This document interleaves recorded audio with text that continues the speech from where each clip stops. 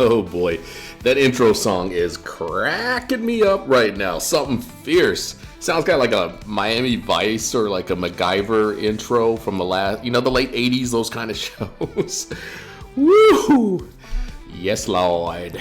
So, as I've said in other videos, please forgive me if you hear ambient sounds in the background. I do exist now out in the countryside, so you're going to hear things like, not necessarily roosters, because I don't actually record during those hours, but you're going to hear things like cows, dogs barking, lots of dogs barking. Again, whatever sounds buffaloes make. And once in a while, you'll even hear chickens. And if that wasn't enough, then you can just throw construction sounds on top of that, because apparently a condominium or apartment is being built somewhere near the property. Anyways, today I'll be doing my second video on Sawathi village.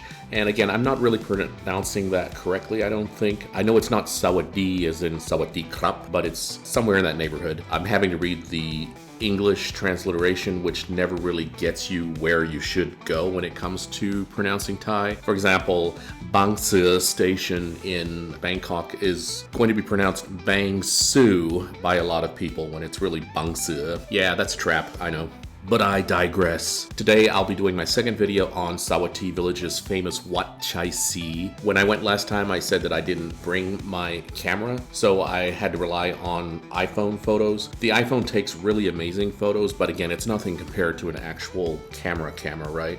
It's also called the Temple of the Murals. And I'll also be taking you to another temple, the one that I wanted to take photos of last time, but I knew that I wasn't going to be able to capture them on an iPhone, called Wat Po Chai, or Wat Nia, as the locals call it. Wat Nia, meaning the Temple of the North, or the Temple in the North. It's in the same village, just a little bit down the street.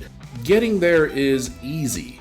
You take Highway 12, or Maliwan Rd as it's called in Khon Kaen, west to Ban Thum for 13 kilometers. Then head northwest on Highway 2009 for 2 kilometers to Ban Muang. And in Ban Muang, you take a right-hand turn and you head north on Ban Sawathi Road for 4 kilometers to Sawathi village. It's much quicker and simpler than I made it sound. It feels like you're just going from one landmark to another really quickly, so trust me, even though it has a very rural setting, it's actually not that hard to get to, and it's not that far from the downtown area of Khon Kaen. And as stated in a previous video, I passed this Catholic church. It's in the town of Ban Muang, and I also stopped at this lovely coffee shop, and I've created a video for that as well. I recommend you check it out if you're headed in that direction. I like to support local businesses. I think I just called the Catholic Church a business. On the way back, I did some shopping at Ban Muang's local fresh market. This is an impressive fresh market for such a small village. Of the 3 towns in the area, Sawathi village, Ban Thum, that's the main and largest town. Ban Muang is actually an offshoot of Ban Thum. It should be noted though that Ban Muang has the largest and perhaps only market, fresh market that is, and it sports 2 Christian churches and 2 temples like Sawathi village has. It appears that a great deal of construction is also happening around Ban Muang. I'm not sure what that's in reference to. I do know that the highway has just been repaved and widened. Anyways, we arrive at Sawathi village in the late morning, or as like some folks like to say, brunch time at the clubhouse, darling. And we snapped some photos. I brought Mom so she could get her worship on. She's not a Christian! And unfortunately, this did limit the duration for which I could hang around and take photos, so I didn't take as many as I would have liked to. And as stated in a previous video specific to Wat Chaisi, this temple is known for its uniquely painted murals. It's a small temple, indeed a tiny temple. The murals are, well, unique. I haven't seen with my own eyes this type of artwork before on a Thai temple. I'm told that the murals are only about 100 years old, though the temple itself dates all the way back to the 1860s. There are always a few people on the grounds making merit, and despite the small size and uber rural setting, it stays busy enough. Then we get in our car and we go down the street to the other temple. Unfortunately, I couldn't find anything on the internet about Wat Po Chai due to it sharing the same name with several more temples. All of them have the same name, by the way, but the Wat Po Chai in Nong Khai seems to be one of the famous ones. I mean, just 25 minutes away in the southern part of Ban Thum, which is another satellite town of Khon Kaen, is another Wat Po Chai.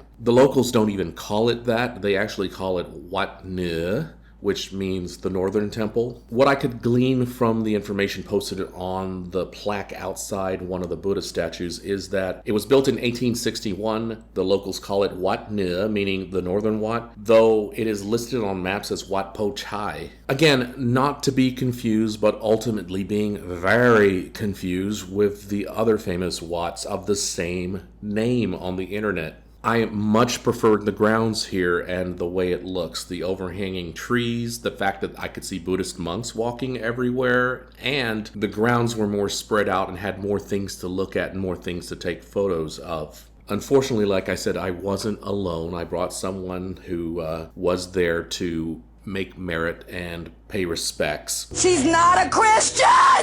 Apparently, the folk art is inside of the temple, and the locals want to preserve this folk art. And unfortunately, I couldn't see any of it as the doors were closed. And I dare not open them, y'all. I dare not. Also, the location of this temple is actually a bit nicer and more in the thick of things in Sawathi village. Across the street is a small market of sorts and a few cafes and restaurants nearby. So if you've got a couple of hours to spare in the afternoon or in the morning or whatnot, and you're in Khon Kaen and you want to come out and see this area, it's not hard to get to. There are all sorts of nice things to look at. Give it a try. It's something new. It's a bit off the beaten path, but not so far that you're going to get lost and starve to death or anything like that.